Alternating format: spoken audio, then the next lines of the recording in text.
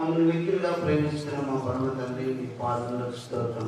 ఈ దేనుండి నీ శిలువ చాటును మరుగు చేసుకొని నీ వాక్యం ద్వారా చూటిగా చక్కగా వారికి అర్థమయ్యే రీతిగా మీరు మాట్లాడమని ప్రార్థిస్తున్నాము. ఇదిగో తండ్రి, నీ మాటలు నా నోటిలో ఉంచి వారికి అర్థమయ్యే రీతిగా మీరు బోధించి మహిమ పొందమని, ఇదిగో ప్రభువా, నీ లేఖనాలు వినుచుండగా వారికి విశ్వాసం దయచేయమని నజరేయుడైన యేసు నామములో వినయంతో ప్రార్థిస్తున్నాము తండ్రి. ఆమేన్. క్రీస్తునందు ప్రియ దేవుని బిడ్డలారా, బహు జాగ్రత్తగా దేవుని వాక్యం వినండి, ఆశీర్వదింపబడండి, స్వస్థత పొందండి, దీవింపబడి వెళ్ళండి. ఈరోజు దేవుని వాక్యం నేను చెప్పే అంశం బహు జాగ్రత్తగా గ్రహించండి, గమనించండి. క్రీస్తు కొరకు జీవించు. నేను చెప్పే అంశం ఏంటిది? క్రీస్తు కొరకు జీవించు. మీరు దేవుని బిడ్డలైతే దేవుని కొరకు జీవించాలి. యేసు ప్రభుకు 12 మంది శిష్యులు కదా. 12 మంది శిష్యులలో ఇద్దరి గురించి నేను జ్ఞాపకం చేస్తాను. యూదా ఇస్కరియోతు, పేతురు. షార్ట్గా చెప్తా. వీళ్ళు ప్రభుతో ఉన్నారు, ప్రభుత్వ సేవలో పాల్పంచుకున్నారు. కానీ నిజంగా అవకాశం వచ్చినప్పుడు వీళ్ళు క్రీస్తు కొరకు జీవించలేదని కొన్ని విషయాలు చెప్పగలను. ఎందుకంటే క్రైస్తవులమైన మనం ఏ పరిస్థితులు వచ్చినా, రోగం వచ్చినా, కష్టం వచ్చినా, మరణం వచ్చినా, ఆర్థిక ఇబ్బందులు వచ్చినా చాలాసార్లు డిసప్పాయింట్ అయ్యి, అంటే నిరుత్సాహపడిపోతుంటాం. లోకం వైపు చూడకు, క్రీస్తు కొరకు జీవించు. ఇద్దరు శిష్యుల గురించి నేను మీకు షార్ట్గా ధనాన్ని చెప్తూ ఉంటాను, లేఖనాలు గ్రహించండి. యూదా ఇస్కరియోతు, పేతురు, ఈ ఇద్దరి గురించి నేను మీకు జ్ఞాపకం చేస్తున్నా. మీరైతే క్రీస్తు కొరకు జీవించండి. వీళ్ళు ఎలా ఉన్నారో ఒకసారి చూడండి. ఆ యోహాను సువార్త దయచేసి తీసుకోండి, 12వ అధ్యాయం 1-7 చూడండి. యోహాను సువార్త. కాబట్టి యేసు తాను మృతులలో నుండి లేపిన లాజరు ఉన్న బెతేనియాకు పస్కా పండుగకు 6 దినముల ముందుగా వచ్చెను. అక్కడ వారు ఆయనకు విందు చేసిరి. చూడండి, యేసు ప్రభుకు ఈ లోకంలో ఉన్నప్పుడు మరి మరియా మార్తలు వాళ్ళు విందు చేసిండ్రు. ప్రభు మా ఇంటికి రా భోజనానికి అని చెప్పి యేసు ప్రభుకు విందు చేసిండ్రు. అయితే ఏం జరిగింది అక్కడ? మార్త ఉపచారము చేసెను. మార్త ఉపచారం చేసింది. దేవుని సంఘంలో, దేవుని మందిరంలో పరిచర్య చేయడం చాలా సంతోషకరం. మార్త ఉపచారం చేసింది. క్రైస్తవులం, సంఘ పెద్దలం యథార్థమైన మనసుతోటి దేవుని పరిచర్యలో పాల్పంచుకుంటే మీకు దీవెనకరం. అక్కడ మార్త ఉపచారం చేసినట్టు రాయబడ్డది. అయితే లాజరు ఆయనతో కూడా భోజనము కూర్చున్న వారిలో ఒకడు. అప్పుడు మరియు మిక్కిలి విలువగల అచ్చ జటామాంసి అత్తరు 1 సేరున్నర ఎత్తు తీసుకొని, మరియా ఏం చేసింది? సేరున్నర అత్తరు తీసుకొని వచ్చి ఏం చేసింది? యేసు పాదములకు పూసి, యేసు ప్రభు పాదాలకు పూసి తన తల వెంట్రుకలతో ఆయన పాదములు తుడిచెను. చూడండి, మీరు క్రీస్తును ప్రేమించే బిడ్డలైతే మీరు రోజు ప్రార్థన చేసుకుంటే సరిపోతుంది. మీరు రోజు లీటర్గా ప్రభు పాదముల మీద పూసిన వాళ్ళు అవుతారు. ప్రార్థన లేదు, వాక్యం లేదు, ఏం లేదు, లోకానుసారమైన తలంపులతో దయచేసి ఉండకండి. మరియా లీటర్న్నర, సేరున్నర అత్తరు తీసుకొని వచ్చి ప్రభు పాదాల మీద పోసి తల వెంట్రుకలు విప్పి ఆ పాదాలను తల వెంట్రుకలతో ఉంచింది. మీరు ఎట్లా పూజిస్తున్నారు, మీరు ఎట్లా ఆరాధిస్తున్నారు, మీరు అర్థం చేసుకోవాలి. అందుకే క్రీస్తు కొరకు మీరు జీవించాలి. ఆ మరియా చూసుకుంటే ప్రభు అంతలా ప్రేమించింది. అయితే ఏం జరిగింది అక్కడ? ఇల్లు ఆ అత్తరు వాసనతో నిండెను. చూడండి, లీటర్న్నర ఓపెన్ చేసి ప్రభు పాదాల మీద పోసి ప్రభు పాదాలను తలవెంట్రుకలతో చూసినప్పుడు ఆ స్మెల్, ఆ వాసన అంతా ఇల్లంతా అత్తరు వాసనతో నిండిపోయింది. నిజంగా మీరు క్రీస్తును కలిగిన బిడ్డలైతే మీ ఇల్లంతా వెలుగుమయమై ఉంటుంది. ఏ తెగులుని గుడారమో సమీపించదు. ఎవరికి తాగటానికే శ్రమలు, తాగటానికి పొద్దుపుచ్చటానికే వేదనలు, కష్టాలు వస్తాయి. నిజంగా క్రీస్తు నీలో ఉంటే ఈ తెగులుని గుడారము సమీపించదు. ఈమె ప్రభును అత్తరు పాదముల మీద పూసి తల వెంట్రుకలతో తుడిచినప్పుడు అదంతా సువాసనతో నిండిపోయింది. అవును, యేసుక్రీస్తున్న బిడ్డల ఇంట్లో ఎల్లప్పుడూ క్రీస్తు అనే సువాసనతో నింపబడుతుంది. ఆయన శిష్యులలో ఒకడు అనగా ఆయనను అప్పగింపనై ఉన్న ఇస్కరియోతు యూదా ఈ అత్తరెందుకు 300 దేనారములకు అమ్మి బీదలకు ఇయ్యలేదనను. చూడండి, మీరు క్రీస్తు కొరకు మీరు జీవించే వాళ్ళైతే వాక్యానుసారంగా బ్రతకాలి. ఇక్కడ యేసు ప్రభుతో ఉన్న ఈయన ఎవరు? యూదా ఇస్కరియోతు ఏమంటాడు తెలుసా? మీరు ఈ అత్తరు 300 దేనారాలకు అమ్మి బీదలకు ఇవ్వచ్చు. బిడ్డకు దాన్ని ఇచ్చి నా యూదా ఇస్కరియోతు ఏం పని చేయనోడు, ఏం చేయనోడు, ఇది ఎట్లుంటది, అది అట్లుంటది, మీరు చర్చికి ఎందుకు పోతారు అని వంకలు పెడుతుంటారు. క్రైస్తవ జీవితంలో విశ్వాసం కోల్పోవద్దు. మనం నమ్మిన దేవుడు కష్టకాలంలో, రోగ పరిస్థితుల్లో, దుఃఖంలో, వేదనలో దేవుడు ఆదరిస్తాడు. అది నేను ప్రత్యక్షంగా ఎరుగుదు. అందుకే నా పిల్లరా, మీరు క్రీస్తు కొరకు జీవించండి. ఈయన యేసు ప్రభుతో ఉన్నాడు. యేసు ప్రభుతో తింటాడు, తిరుగుతాడు, సేవలు ఉంటాడు. ఏమంటాడు? ఈ 300 ఇంత అంత ఎందుకు ఖరాబ్ చేసినావు, 300 రూపాయలకి అమ్మి బీదలకు ఇవ్వచ్చు అన్నాడు. యూదా ఇస్కరియోతు అమ్మేవరికన్నా ఇచ్చిందా? చూడండి, ఎవరికి ఇంకేం ఎట్లా చేస్తున్నాడు చూడండి. వాడిలాగు చెప్పినది బీదల మీద శ్రద్ధ కలిగి కాదు గాని వాడు దొంగ ఉండి తన దగ్గర డబ్బు సంచి ఉండినందున అందులో వేయబడినది దొంగలించు వచ్చెను గనక అలాగే చెప్పాను. కానుక పైసలు ఆ సంచి ఆయన దగ్గర ఉన్నది. అతడు దొంగ ఉండినందున ఎప్పుడు అప్పగించాలో ప్రభునని చూసేవాళ్ళు ఉన్నారు. నేను మీకు చెప్తున్నా, క్రీస్తు కొరకు వీడు జీవించాలని లేదు, డబ్బు కొరకు వీడు బ్రతకాలనే ఆశ. సేవ చేయడం అంటే డబ్బు వస్తుంది, నేను ఈ డబ్బులతో ఏదో బతుకుతాను అనేది కాదు. నేను నిజంగా క్రీస్తు కొరకు ఏం చేస్తున్నానని ప్రతి క్రైస్తవుడు తలంచాలి, ఆలోచించాలి. క్రీస్తు కొరకు నేను జీవిస్తున్నా. బ్రతుకుట క్రీస్తే, చావైతే లాభం. వింటున్నా? క్రీస్తు కొరకు బ్రతికే మీరు, క్రీస్తు కొరకు జీవించే మీరు లోకానుసారమైన తలంపులు, పద్ధతులు అవన్నీ ప్రభు మీద వేసి జీవితాలలో సాగిపోవాలి. వీడు యూదా ఇస్కరియోతు ఆ డబ్బు సంచి దాని దగ్గర ఉన్నది బీదల మీద శ్రద్ధతోటి కాదు, బీదలకు ఇవ్వాలన్నది. కానీ వాడు ఇప్పుడు సంపాదించుకునే తపన, ఆలోచన మనలో ఉన్నది. చూడండి, ఇది వాక్యం వినండి. యూదా ఇస్కరియోతు గురించి నేను మీకు చెప్తున్నా. వేదాలకు ఇతరులు ఉన్నది అతనికి లేదు. చదువు కంటిన్యూషన్. కాబట్టి యేసు నన్ను పాతిపెట్టు దినము నాకు ఆమెను దీన్ని నుంచుకొననీయుడి. బీదలు ఎల్లప్పుడూ మీతో కూడా ఉందరు గాని నేను ఎల్లప్పుడూ మీతో ఉండనని చెప్పాను. చూడండి, యేసు ప్రభు మన ఉద్దేశాలు అన్ని దేవునికి తెలుసు. నీ తలంపు పుట్టక మునిపే నీ మనసు నేను గ్రహిస్తున్నా అంటాడు దేవుడు. బీదలు ఎల్లప్పుడూ మీతో ఉంటారు. కానీ నేను ఉందా? ఈమె నా కొరకు మంచి కార్యం చేసింది, నా భూస్థాపన నిమిత్తము చక్కటి కార్యం చేసింది, నేను బ్రతుకుండగానే నన్ను అభిషేకించింది అని చెప్పి ఆమెను యేసు ప్రభు అభినందిస్తాడు. ప్రియులారా, ఒక స్త్రీని ప్రభు, ఆ స్త్రీ క్రీస్తు కొరకు ఒక మంచి కార్యం చేసింది. నువ్వు క్రీస్తు కొరకు ఏ మంచి కార్యం చేసినావు? ఆయన సంఘంలో పాల్పంచుకుంటున్నావా? ప్రార్థనలో పాల్పంచుకుంటున్నావా? లేకపోతే యూదా ఇస్కరియోతు లాగా మామూలు వస్తూ ఏం జరుగుతుందో, ఏమి ఇస్తారో, బట్టలు ఇస్తారా, ఏమి ఇస్తారని కనిపెడుతుందా? నిజంగా క్రీస్తు కొరకు బ్రతకండి. యూదా ఇస్కరియోతు ఎట్లా బతికిండు? డబ్బు సంచి దాని దగ్గర ఉన్నది, రోజు ఇంత దొంగిలించుకుంటూ వచ్చేడు.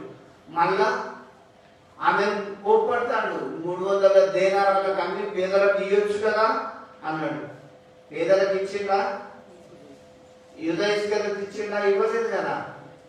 అయితే యేసు ప్రభు ఏమన్నాడు? ఆమె నాకు అనొద్దు, ఆమె నా భూస్థాపన కొరకు మంచి కార్యం చేసినాడు. నేను మీకు కొరకు చెప్తున్నా, క్రీస్తు కొరకు జీవించు, మంచి కార్యం చేయి. ఆ స్త్రీ తల వెంట్రుకలతోటి ప్రభును పాదాలు తుడిచి ప్రభును అభిషేకించింది. ఆయన తల మీద అత్తరు పోసి నువ్వు ఎలా చేస్తున్నావు, నువ్వు ఎలా ప్రార్థిస్తున్నావు, రోజు వాక్యం ఉందా, రోజు ప్రార్థన ఉందా నీ జీవితంలో, క్రీస్తు కొరకు నువ్వు జీవిస్తున్నావా లేదా ఆలోచించుకో ప్రియుడా. ఈ యూదా ఇస్కరియోతు మాత్రం క్రీస్తు కొరకు జీవించలేదని చెప్పగలను. ఇంకా ఈ యూదా ఇస్కరియోతు గురించి నేను మీకు కొన్ని చెప్తాను. మత్తయి సువార్తలోకి రండి, 26వ అధ్యాయం 6వ వచనం నుంచి 20వ వచనం నుంచి చూడండి. అందులో కూడా రాయబడి ఉంటుంది 6వ అధ్యాయం 26వ అధ్యాయం 6 నుంచి 16 వరకు చూడండి. సాయంకాలం అయినప్పుడు ఆయన 12 మంది శిష్యులతో కూడా భోజనముకు కూర్చుండెను. వారు భోజనము చేయుచుండగా ఆయన మీలో ఒకడు నన్ను అప్పగించునని మీతో నిశ్చయముగా చెప్పుచున్నాడు. చూడండి, యేసు ప్రభుతోటి 12 మంది శిష్యులు కూడా భోజనానికి కూర్చున్నారు. కూర్చున్నప్పుడు యేసు ప్రభు 12 మంది శిష్యులు కదా, క్రీస్తుని తెలుసుకున్న వాళ్ళే కదా. అప్పుడు యేసు ప్రభు ఏమన్నాడంటే మీలో ఒకడు నన్ను అప్పగించేవాడు మీలో ఒకడు ఉన్నాడు ఇక్కడ అన్నాడు. అంటే ఏమంటాడు? అందుకు వారు శిష్యులు బహు దుఃఖపడి ప్రతి వాడును ప్రభువా నేనా అని ఆయన అడగగా చూడండి, నాతో పాత్రలో చేయి ముంచే వాడెవడో వాడే నన్ను అప్పగిస్తున్నాడు. ఉన్నాడు, ఇంట్లోనే ఉన్నాడు, 12 మందిలో ఒకడని చెప్తాను. అయితే చదువు.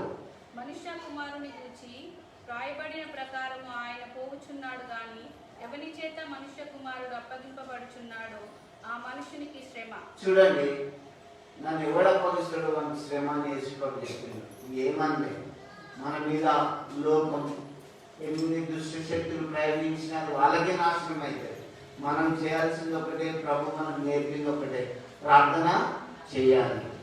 అయితే ఇక్కడ మీలో ఒకడు నన్ను అప్పగిస్తాడంటే సంఘంలోనే ఉన్నాడు, శిష్యులనే ఉన్నాడు, వింటున్నా, క్రీస్తు తోటే ఉన్నాడు, క్రీస్తునే అప్పగించాడు. అందుకే నేను మీకు ఏం చెప్తానంటే క్రీస్తు కొరకు యథార్థంగా మనం జీవించే బిడ్డలంగా ఉండాలి. మరి చర్చికి వస్తాం, చర్చిలోనే ఉండి తప్పు చేస్తే యూదా కంటే ప్రస్తుతం కామా? చర్చికి వచ్చి పాపం చేస్తే దేవుడు ఒప్పుకుంటాడా? మీరు పరిశుద్ధులుగా, నీతిమంతులుగా, భక్తిపరులుగా ఉండాలని ప్రభు వాక్యాన్ని బట్టి నేను మీకు తెలియజేస్తున్నా. ఇక్కడ యూదా ఇస్కరియోతు ప్రభుతోటే ఉన్నాడు, ప్రభుతోటే పాత్రలు చేయబెట్టి తీసుకుంటాడు. మళ్ళీ ఏం జరిగింది? ఆయన ఏం చేశాడు? వానికి మేలని చెప్పాను. ఆయనను అప్పగించిన యూదా బోధకుడా నేనా అని అడగగా ఆయన నీవన్నట్టే అనేను. మళ్ళీ చూడు, ఎంత చక్కగా మాట్లాడతాను. బోధకుడా నేనా నిన్ను అప్పగించేదంటే నువ్వు అన్నట్టే అని వేసుకుంటావు. బైబిల్ చదువుతాం, సాటుకు తప్పులు చేస్తాం. యూదా కంటే ప్రశ్నం కాదా? ప్రార్థన చేస్తాం, ఇంకా చేయడానికి తప్పుడు పనులు చేస్తాం. మనుషులమా మనం? అందుకే నా ప్రియులారా, క్రీస్తు కొరకు జీవించండి. మీరు వింటున్నా? క్రీస్తు బిడ్డలైతే, దేవుని పోలి నడిచేవారైతే, క్రీస్తును పోలి నడిచేవారైతే క్రీస్తు వలె ఉండండి. దేవుని బిడ్డలని మీరు మంచి పేరు తెచ్చుకోండి, క్రీస్తు కొరకు జీవించండి. యూదా ఇస్కరియోతు బోధకుడా నేనా అంటే యేసుప్రభు ఏమన్నాడు? నువ్వు అన్నట్టే. గుడికి వచ్చి సాటుగా తప్పులు చేస్తాం, బైబిల్ చదువుతాం, ప్రార్థన చేస్తాం, అందరిలో పెద్ద పేరు పెద్దగానే ఉంటుంది, కానీ చేసే తప్పులు ఘోరంగా ఉంటాయి. నేను ఒకవేళ తీర్పు తీర్చలేను, కానీ క్రీస్తు న్యాయపీఠం ఎదుట అందరం ఒకరోజు లెక్క చెప్పవలసి ఉంటుంది. ఏ ఒక్క శరీరం కూడా తప్పించుకోలేడు. అందుకే మీరు బ్రతుకుచున్న మీరు, సజీవుడమైన మనం క్రీస్తు కొరకు జీవిద్దాం. నేనా అంటే యేసుప్రభు ఏమన్నాడు? నువ్వు అన్నట్టే అన్నాడు. అప్పుడు ఏమన్నాడు? ఆ నుంచి తప్పుకొని వెళ్ళిపోయాడు. ఇంకా చూడండి 26వ అధ్యాయం. వారు భోజనం చేయుచుండగా యేసు ఒక రొట్టెను పట్టుకొని దానిని ఆశీర్వదించి విరిచి తన శిష్యులకు ఇచ్చి మీరు తీసుకొని తినుడి, ఇది నా శరీరం అని చెప్పారు. 45 నుంచి 51 వరకు చదవండి. ఆయన ఇంకనూ మాట్లాడుచుండగా 12 మందిలో ఒకడు యూదా వచ్చెను. చూడండి, యేసు ప్రభు ఇట్లా మాట్లాడతాను, శిలువ శ్రమలు అన్ని జరుగుతున్నాయి, ఆయన అప్పగించాలని సిద్ధపడ్డాడు. 12 మందిలో యూదా ఇస్కరియోతు వచ్చి ఏమంటాడు? వారితో కూడా బహు జనసమూహంలో వచ్చి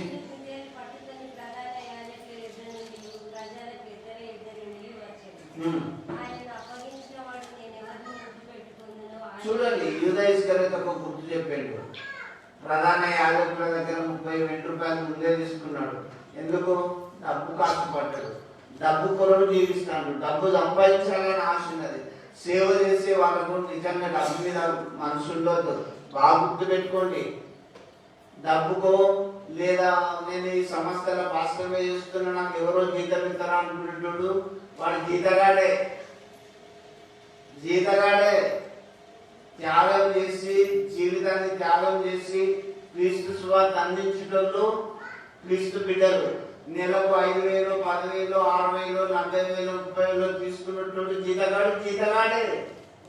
ఇక్కడ యేసు ప్రభును 30 వెండి రూపాయలకు అధికారుల దగ్గరికి, శాస్త్రుల దగ్గరికి వెళ్ళి తీసుకొని వచ్చి, నేను ఎవరిని ముద్దు పెట్టుకుంటానో ఆయనే క్రీస్తు అని తెలుసుకోండి, ఆయనని మీరు పట్టుకొని సిల్వకేసి కొట్టండి అని చెప్పి 30 వెండి రూపాయలు తీసుకున్నాడు. క్రీస్తు సేవ చేయాలంటే డబ్బులు కాదు వింటున్నా, డబ్బు కాశపడ్డు సేవ చేయలేడు. కడుపు నింపుకో. మీరు ఏరియాను తీసుకోండి, కరువు కాలంలో ఏరియాలకు కాకులు తీసుకొచ్చి మాంసము రొట్టెలు ఇయ్యలేరా? నువ్వు నిజమైన సేవకుడవైతే డబ్బు మీద ఎందుకు నీ మనసు? నువ్వు నిజమైన సేవకుడవైతే, నువ్వు నిజమైన వాక్యోపదేశం చేసేవాడు అయితే దేవుడు నీకు పంపడా? కానీ నా దేవుని పిల్లారా, నేను చెప్పేది వాస్తవం. సేవకునికి డబ్బు మీద ఆశ ఉన్నప్పుడు సేవ చేయలేడు. ఇతనికి దేనికి రాసి ఉన్నది? యేసు ప్రభువుని అప్పగించాలి, 30 వెండి రూపాయలు తీసుకోవాలి. డబ్బు మీద పిచ్చున్నది. ఈ వెండి రూపాయలు తీసుకొని ఏం చేసిండు? చూడండి, నేను ఎవరినైతే ముద్దు పెట్టుకుంటానో ఆయనే యేసుని గుర్తుపట్టుకోమని చెప్పాడు. చదువు. వెంటనే యేసు వద్దకు వచ్చి, బోధకుడా, చూడండి సాడుకు డబ్బులు తీసుకున్నాడు. బోధకుడా నీకు శుభం. మాటలు కూడా చాలా బాగుంటాయి. వింటున్న వచ్చిన బైబిల్ గమనించండి. మళ్ళీ 30 రూపాయలు తీసుకున్నప్పుడు ఆసూకి సీక్రెట్ గా చెప్పేటండు. వచ్చి బోధకుడా నీకు శుభం, ప్రైజ్ లార్డ్ అనుకుంటాం. అబ్బా అయ్యగారు చాలా మంచి వారు అనుకుంటారు. ముక్కుసూటిగా మాట్లాడినప్పుడు ఎవడు మన వాళ్ళ దగ్గర రానియాడు. అవునా? ఈ ఇస్కరియోతు యూదా క్రీస్తు కొరకు జీవిస్తున్నా, డబ్బు కొరకు జీవిస్తున్నా? బాగా గమనించాలి. అందుకే ఈ డబ్బు మీద ఆశపడ్డాడు యూదా లాంటి మనస్తత్వం గలవాడు. మీరు ఆకాశ పక్షుల కంటే శ్రేష్ఠులని దేవుని మాట సెలవీయలేదా?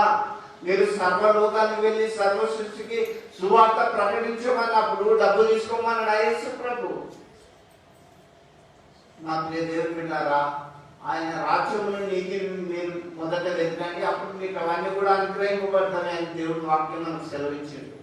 కానీ వాక్యాన్ని పక్కకు పెట్టి క్రీస్తు సేవ అంటూ పక్కకు హాస్టల్స్, ఆర్ఫనేజెస్ అన్ని పెట్టుకొని, బిజినెస్ పెట్టుకొని డబ్బు మీద ఆశపడి సేవ చేస్తామా? ఇది దేవుడు ఒప్పుకుంటాడా? క్రీస్తు న్యాయపీఠం మీద ఒకసారి లెక్క చెప్పాలి. కాదంటారా అంటారా? మీరే గ్రహించండి. ఈయన కూడా వచ్చి బోధకుడా నీకు శుభం అని చెప్పి ముద్దు పెట్టుకున్నాడు. ఇంకా చదువు. యేసు చెలికాడా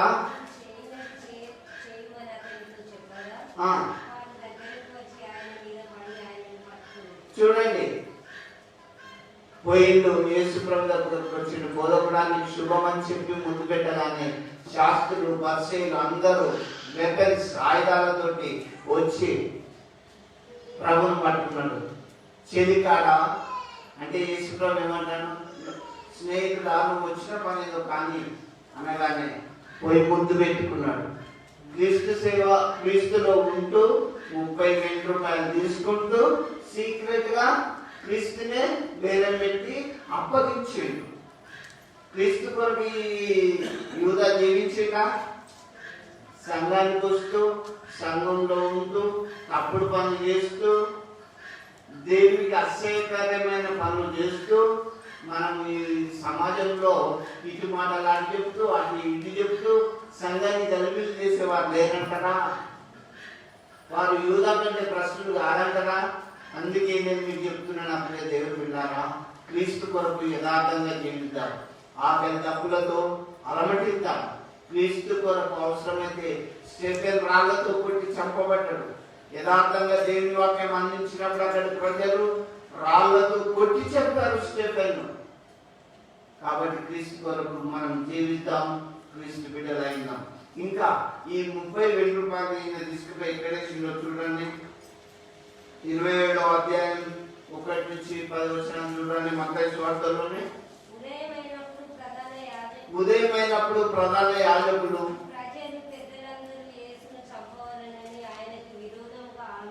చూడండి, ప్రధాన యాజకులు పెద్దలందరూ రాత్రి దొరికింది కదా, ముందు పెట్టి అప్పగించింది కదా, ఉదయం కాగానే ఆయన చంపాలని ప్రధానులు పెద్దలందరూ ప్లాన్ చేసి యేసుప్రభుని చంపాలని.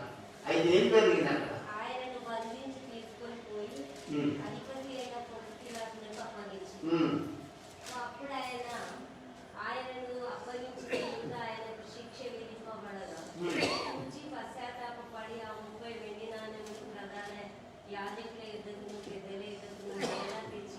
చూడండి, బాగా కొట్టాను యేసుప్రభు. 33 కొరడ దెబ్బలు, కాళ్ళ తలపైన ముళ్ళ తినటం, బట్టలను తీసేసి ఆ భూదారంగ వస్త్రాలు ధరింపజేసి విపరీతంగా కుడుతుంటే దూరం నుండి చూస్తున్న ఆ ప్రభు పడే బాధను చూసి, నాకు 30,000 రూపాయలు మీరు తీసుకోండి అని చెప్తాను.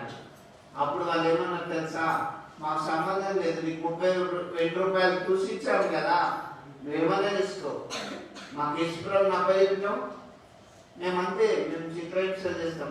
అవి ఏం చేసింది తెలుసా, మీకు షార్ట్గా చెప్తాను. ఆ 30,000 రూపాయలు తీసుకుపోయి దేవాలయంలో పడేసింది. ఎందుకు?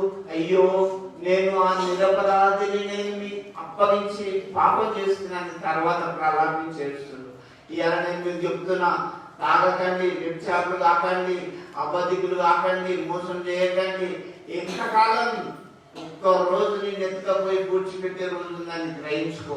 క్రీస్తు కొరకు జీవించు, భక్తి పరుడవై, యథార్థవంతుడవై, ప్రార్థన పరుడవై, విశ్వాసుడవై క్రీస్తు కొరకు జీవించండి.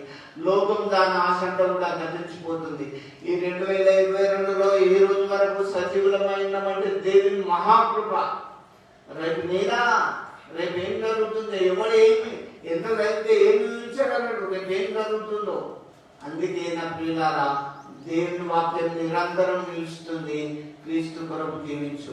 ఈ 30,000 రూపాయలు దేవాలయంలో పోయి, ఊరి బయటకు పోయి ఏం చేసింది యూదా? ఊరి పెట్టుకొని, కుమ్మరుని పొలంలో ఊరి పెట్టుకొని, అక్కడ చెట్టు ఊరి పెట్టుకొని అక్కడి నుంచి కింద పడి సత్తే పేగులన్నీ బయటకు వెళ్ళినాయి. ఈ 30,000 రూపాయలు క్రీస్తు నమ్మిన డబ్బులతో ఏమన్నా ఇల్లు కట్టిందా, బట్టలు తెచ్చుకున్నాడా, క్రీస్తు కొరకు ఏమన్నా మంచి పని చేసిందా? మీరు క్రీస్తు కొరకు మంచి పని చేయండి. నేను మీకు జ్ఞాపకం చేస్తున్నా. ఈ 30,000 రూపాయలు అక్కడ పడేసి ఊరు బయటకు పోయి ఊరు పెట్టుకొని చచ్చిపోయి, నా ప్రియ దేవుని బిడ్డలారా, క్రీస్తు కొరకు జీవించు. యేసు ప్రభుతో ఉన్న యూదా డబ్బు, అయ్యా డబ్బు 30,000 రూపాయలు కదా, 30 రూపాయలు కదా, నేను ఏదైనా ఆశగించుకుంటా, ఏదైనా ఊరుకుంటా అన్నా యూదా ఇస్కరియోతుకు ఉరికాడే గతయింది. నేను మీకు చెప్తున్నా, క్రీస్తును పోలి మనం నడుచుకోవాలి, క్రీస్తు బిడ్డలాగా మనం ప్రవర్తించాలి. ఇంకా మీకు యూదాను షార్ట్గా చెప్పిన ఇంకో పేతురు గారి దగ్గరికి వెళ్దాం. దయచేసిన మత్తయి తీసుకోండి. మత్తయి సువార్త 26వ అధ్యాయం 58 నుంచి చూడండి. పేతురు గురించి కొన్ని చెప్తా.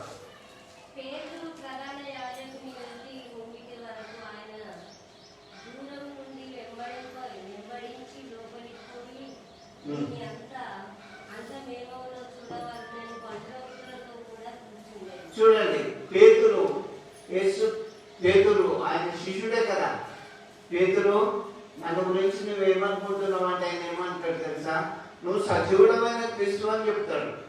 కానీ పరిస్థితి మూమెంట్ రాగానే యేసుప్రభును చిత్రహింసలా గురి చేస్తుంటే దూరం నుండి కూర్చుని ఏమవుతుందో నా ప్రభుని ఎట్లా పెడతాను అని దూరం నుండి చూస్తాడు. చూస్తుంటే అప్పుడు ఏం జరిగింది?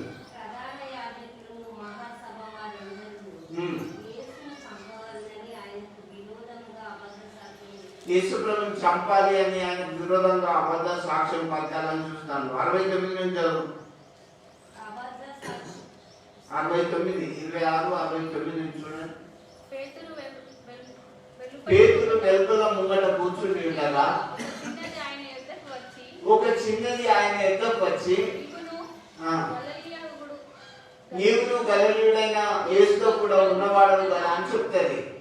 చూడండి, ఒక చిన్న పిల్ల యేసుప్రభును గురించి గట్టిగా చెప్తుంది. నువ్వు యేసుప్రభుతో ఉన్నావు కదా, గలిలయుడైన యేసుతో ఉన్నావు అంటే పేతురు ఏమంటాడు? అందుకతడు నేను ఉండలేదు, నువ్వు చెప్పు సంగతి నాకు తెలియదని అందరి ముంగట ఒప్పుకుంటాను. యేసుప్రభుతోటే ఉన్నాడు, యేసుప్రభుతోటే తిన్నాడు, నువ్వు సజీవుడైన దేవుని కుమారుడు అని చెప్పిండు. గలిలయ సముద్రంలో నీటిపై నడిచిండు, మునిగితే నీటిండు యేసుప్రభు అన్నట్టుగా బాగానే జరిగినాయి. కానీ పరిస్థితులు రాగానే పేతురు ఆ చిన్న పిల్ల ముంగట బొంకుతాడు. మీరు గుడికి పోతారు కదా అంటే కొన్నిసార్లు మనం ముఖం సట్టునే ఎప్పుడన్నా పోతా కులము అడ్డం వస్తుంది. అక్కడ కులం కాదు, జనం కాదు, బంధువులు కాదు. అవును, నేను క్రీస్తు కొరకు నేను ప్రభుని తెలుసుకున్నా, నేను మోత చేసుకొని దేవుడే చెప్పే రోజులు రావాలి. మీకు విశ్వాసం లేదా? క్రీస్తు కొరకు జీవిస్తాను నేను. అవును, నేను బైబిల్ వాక్యానుసారంగా బ్రతుకుతున్నాను మీరు దేవుడే చెప్పాలి. ఇక్కడ పేతురు చూడు, ప్రభుతోటే సేవలు ఉన్నాడు, అంతా ఉన్నాడు, అంత బాగానే ఉన్నది. అయితే ఒక చిన్న పిల్ల నువ్వు ఆ క్రీస్తుతో కూడా ఆ గలిలయుడైన యేసు ప్రభుతో కూడా ఉన్నావంటే ఏమంటాడు? నేను ఎరుగను, యేసు ప్రభు ఎవరో నాకే తెలియదు అంటాడు. ఇట్లా ఆపద రాగానే మీరు మొక్కుకుంటారు, ఆపత్తి రాగానే ప్రభు ఎవరు నాకు తెలియదు అంటే దేవుడు చూడడా? ఇంకా కంటిన్యూషన్ చేయాలి. అతడు పడవలోనికి వెళ్ళిన తర్వాత మరి ఒక చిన్నది అతనిని చూసి, ఆ చిన్నది మళ్ళీ ఒక చిన్నది ఇంకొక దూరం ప్రభుని తీసుకొని పోతాంటే ప్రభుని ఫాలో అవుతాడు. యేసు ప్రభు ఏం చేస్తారో ఇంకేం చేస్తారో అని పోతాంటే ఏ నుంచి కొద్ది దూరం పోయినా మరి ఒక చిన్నది పేతురు గారికి అవుపడ్డది. అవుపడి ఏం చెప్తుంది? అతన్ని పేతురును చూసి, ఈ పిల్లలకు మర్యాద తెలియదు, అంత పెద్ద పేతురును వీడు అని మాట్లాడుతున్నా. అక్కడ పిల్లలకు క్రమశిక్షణ నేర్పాలి. పేతురు అయితే ఆ పిల్ల ఏంటది, చిన్న పిల్ల. వీడు కూడా అవకాశం వస్తే ఆ చిన్న పిల్లలు కూడా పెద్దలను తింటారు కదా. ఇక యేసుప్రభుని ఎలాగో దూసుకుపోతుందని చెప్పి వీడు కూడా నజరేయుడైన యేసుతో ఉన్నాడు అంటే ఏమంటాడు పేతురు? అక్కడ ఒట్టు పెట్టుకోవాల్సిన అవసరం ఉన్నదా? చిన్న పిల్ల ముందు ఒట్టు పెట్టుకున్నాడు. ఎవరు? పేతురు. మీరు గుడికొస్తారు, తిడతారు, ఒట్టు పెట్టుకున్నదాన్ని ఇంకా అభిమానం కాదా? గుడికొస్తారు, తాగుతారు, వ్యర్థం కాదా? గుడికొస్తారు, ప్రార్థన చేస్తారు, బైబిల్ చదువుతారు. పాపం చేస్తే మిమ్మల్ని మెచ్చుకోవాలా? మీరు క్రీస్తులో జీవించినట్టేనా? క్రైస్తవుడు అంటే క్రీస్తును నమ్ముకుంటే నుప్పురవలా ఉండాలి. తప్పు చేయొద్దు, తప్పు అనొద్దు.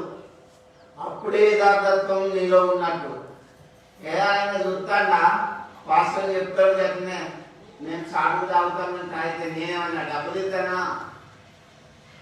ధనవంతుని దేవుడు లెక్క చూసినప్పుడు, ఒరే ధనవంతుడా, నువ్వు రోజుకు 3 సార్లు తిన్నావు, తాగినావు, కానీ దేవుడు అంటే నీకు లెక్కలేదు, పో, నీకు యుగాయుగంలో మళ్ళీ అర్థం ఉన్నదని దేవుడు తీర్పిచ్చేసి. ఎందుకు చెప్తున్నా, ఇక్కడ పేతురు ప్రభుతోటే ఉన్నాడు, ప్రభుతోటే తిరిగిండు, అంత బాగానే ఉన్నది. నువ్వు సజీవుడమైన దేవుని కుమారుడు అని ప్రభు ముందు గొప్పలు చెప్పిండు. ఒక చిన్న పిల్ల ముందు ఏం చేస్తుంటూ ఒట్టు పెట్టుకుంటాను. ఎవరైనా పెట్టుకోమంటాడు పేతున్నట్టు. చూడండి, చాలాసార్లు మనం తప్పిపోతున్నాం, క్రీస్తు కొరకు జీవిస్తలేము, వాక్యానుసారంగా బ్రతుకుతలేము. అదంటారా అవునంటారా? నువ్వు క్రిస్టియన్ అంటే క్రిస్టియన్ లాగా బ్రతుకు. నువ్వు చర్చకొచ్చే బిడ్డవైతే యథార్థంగా ఉండు. నువ్వు ఏం తక్కువగా జీవితంలో ఏమి కొట్టగా కూడా ఇక్కడ ఉంటూ పెట్టుకున్నాడు ఆ చిన్న పిల్లలు. ఇంకా చదవండి. కొంతసేపు అయిన తర్వాత నిలిచి ఉన్న వారు పేతురు నొద్దకు వచ్చి, నిజమే, నీవును వారిలో ఒకడివే. ఇంకో కొంతమంది వచ్చి అరే నేను ముఖం చెప్తే యేసు ప్రభుతో ఉన్నట్టే ఉన్నాడని పేతురు పెద్ద మనుషులు అన్నారు. ఇంకో కొంతమంది అక్కడ ఉన్న వాళ్ళంటే ఏమన్నాడు పేతురు? అరే నీ మాటలు నిన్ను బట్టి సాక్ష్యం ఇస్తాను, నువ్వు యేసు ప్రభుతో ఉన్నావు అని చెప్పినప్పుడు ఏమంటాను? అందుకతడు ఆ మనుషును నేను ఎరగనని చెప్పి శపించుకొనుటకును ఒట్టు పెట్టుకున్నట్టు. చూడండి ఏకాదేశి పని ఎట్లుందో. శపించుకుంటాడు, చిన్న పిల్ల దగ్గర ఒట్టు పెట్టుకుంటాడు, ఇంకో పిల్ల దగ్గర వీడు గరెలుడైతే ఇస్తూ ఉన్నాడు అన్నప్పుడు నాకు తెలియదు అన్నాడు. మరో పిల్ల దగ్గరనే ఒట్టు పెట్టుకున్నాడు. ఇప్పుడు పెద్ద మనుషులు అడుగుతుంటే యేసుప్రభు ఎవరో నాకు తెలియదని తను తాను శపించుకుంటాడు. మీరు ఒకసారి ఒట్టు పెట్టుకుని తెలుసు, నాతోడు నీతోడు అమ్మతోడు నాయనతోడు దేవుడితోడు గురితోడు అని ఇట్లున్నది కథ. దయచేసి అట్లా కావద్దు. క్రీస్తు కొరకు జీవించు. చర్చికి పోతాను అంటే అవును పోతున్నా అని చెప్పండి. దేవుడు తెలుసుకున్నావు అంటే తెలుసుకున్నా అని చెప్పండి. నేను క్రీస్తు బిడ్డని, క్రీస్తు వల్లే వాక్యానుసారంగా బ్రతుకుతానని చెప్పండి. కానీ పేతురులాగా కుంకకు, పేతురులాగా అబద్ధమాడకు, శపించుకోకు, ఒట్టు పెట్టుకోకు. నువ్వు క్రీస్తు కొరకు జీవించు కదా. మనుషులు నేను ఎరగనని చెప్పి చెప్పించుకున్నట్టు ఒట్టు పెట్టుకోవడం మొదలు పెట్టాను. వెంటనే కోడి కూసింది. పేతురు, ఈ రోజు నువ్వు నా కొరకు మారుమోగుతో పేతురు, నేను ఎవరు అని నన్ను ఎరగనంటో పేతురు అంటే, లేదు ప్రభువా నీ కొరకు నా ప్రాణమైన పెడతా అన్న పేతురు ప్రభు ముందు చెప్పిన మాటలు ఇప్పుడు ఉన్నాయా? గుడి దాటాగానే చెల్లె, మీరు దయచేసి గమనించండి, చర్చి దాటుకోగానే మన మాటలు లాంగ్వేజ్ అంతా వేరు ఉంటాయి. అట్లా ఉండదు. గుళ్ళు ఉన్న భక్తి ఇంటికాడ ఉండాలి. ఇదే డిసిప్లిన్, క్రమశిక్షణ, పద్ధతి, వాక్యానుసారమైన జీవితం నీలో ఉంటే దేవుడు ఖచ్చితంగా మిమ్మల్ని దీవించి ఆశీర్వదిస్తాడు. అందుకే మీరు క్రీస్తు కొరకు జీవించాలని, క్రీస్తు బిడ్డలని మీరు చక్కటి పేరు తేవాలని, దయచేసి ఇక మీరు వాక్యానుసారంగా బ్రతుకుతారని ప్రభునందు నేను మీకు తెలియజేస్తున్నా. కాబట్టి ప్రభు మిమ్మల్ని దీవించి ఆశీర్వదించుగాక. ఆమేన్. ప్రార్థన చేసుకున్నాం. మమ్మల్ని మిక్కిలిగా ప్రేమిస్తున్న మా తండ్రి మీకు స్తోత్రం. అవును తండ్రి, మేము యూదులాగా పేతురులాగా గుంకక క్రీస్తు అయిన మీ కొరకు జీవించే భాగ్యం మాకు దయచేయండి. ఈ లోకానికి నువ్వు నిజంగా రావాల్సిన దైవ కుమారుడు, నీ ఎదుట మేము ఒకరోజు పోగు చేయబడవలసింది. అప్పుడు నాయన బల నమ్మకమైన మంచి దాసుడాన్ని మీ ద్వారా మేము పిలిపింపబడే భాగ్యము దయచేయండి.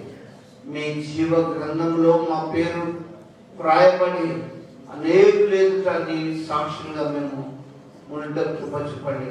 ఈ లోకము దాని ఆశంతా కూడా గతించిపోతుంది ప్రభు.